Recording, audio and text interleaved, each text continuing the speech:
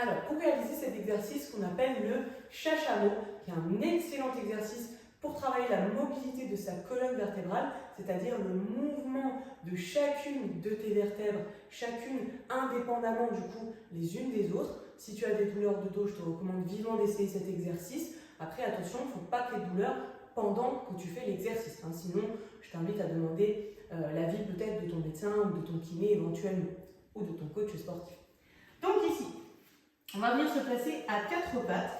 On va dans un premier temps arrondir au maximum le dos. Tu vois, tu veux vraiment pousser ton dos, chaque partie de ton dos le plus possible vers le haut. Donc on pousse bien le bassin aussi, tac, on arrondit bien au niveau du bassin également. Et ici, on va venir donc en partant du bassin creuser le dos, mais une vertèbre après l'autre. C'est-à-dire, tu vois, comme mon bas du dos là, il vient se creuser, mon haut du dos ici ne se creuse pas encore. Tu vois, là, le haut du dos, il reste bien arrondi et le mouvement commence uniquement avec le bas du dos.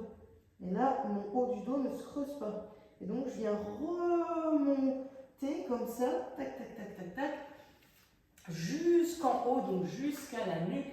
Je vais jusqu'à mon extension en essayant vraiment de mettre une vertèbre après l'autre, comme si ta colonne vertébrale était un collier de perles. On veut vraiment aller mettre une vertèbre après l'autre. Au début, tu n'arriveras peut-être pas à sentir une vertèbre à la fois, d'accord? Mais concentre-toi au départ sur les gros groupes de ton dos. Donc par exemple, tu te dis, ok, je vais essayer de commencer par creuser mon bas du dos. Au départ, juste bouger mon bassin.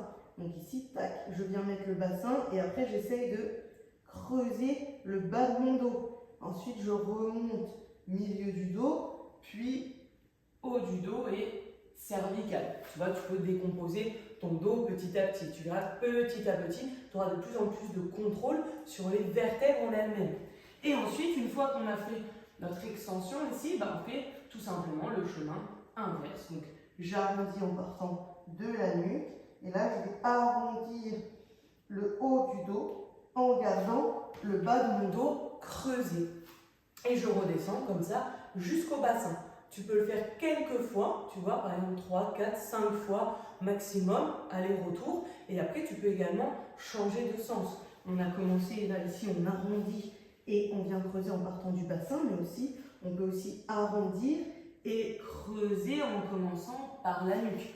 Petit à petit, donc tu peux changer au niveau du sens. C'est toujours bien de s'entraîner à le faire dans les deux sens. Et donc ça t'aidera du coup à gagner en mobilité de dos et éventuellement à réduire tes douleurs au niveau du dos.